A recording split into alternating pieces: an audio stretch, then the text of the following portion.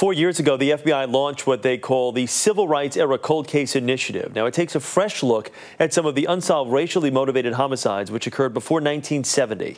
3 of those cases are profiled in a dramatic new television series produced by CBS Productions. The Injustice Files premieres tomorrow night on Investigation Discovery. The show features documentary filmmaker Keith Beauchamp, who teamed up with the FBI and uncovered fresh information even the agency could not.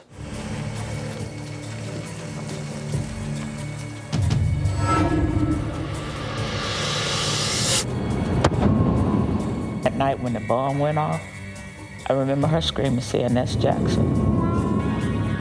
Lord have mercy, that's Jackson." She kept screaming it.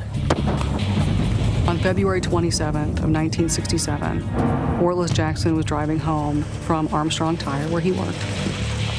What made his murder and this incident even more horrific was that his son, Orlis Jackson Jr., found his father.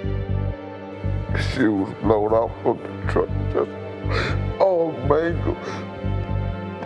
And he just rocked my world, man, and took me up. This case has been unsolved since 1967. This is not a crime that one person could pull off. It just takes too many people to do what happened to Orlis. It takes too many people to build a bomb and plan this crime. There has to be other people that they talk to. A wife, a child, a neighbor, and it may take Keith knocking on dozens of front doors, but somebody will talk. Hello, Mr. Westbrook. Were you ever a member of the Ku Klux Klan? Well, now, I'm not gonna sit here and answer a whole lot of questions. And here now is filmmaker Keith Beauchamp. Keith, good to see you this morning. Thank you for having me. What was it about these cases, these cold cases, that sparked this interest with you? Well, I would have to say my inspiration came behind my first film, The Untold Story of Emmett Lewis Till. In 2004, my documentary prompted the federal government to reopen the case after 50 years.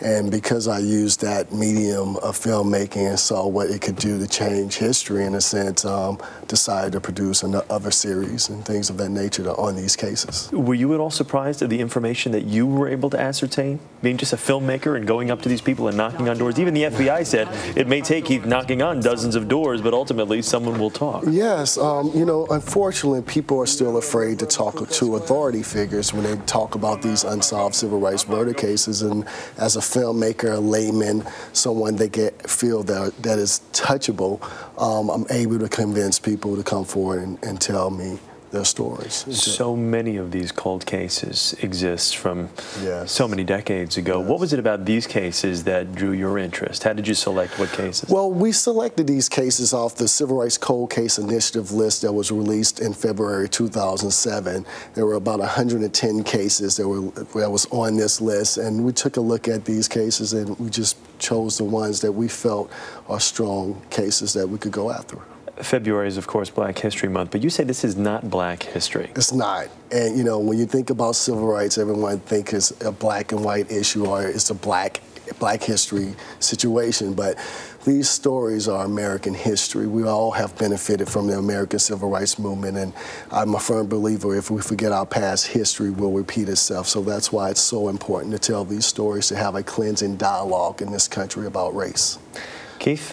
It's been good talking with you this morning. Thank you. You'll be very proud of this. Really good stuff. Keith Beauchamp. Thank you. Thank you, Keith. Good to see you.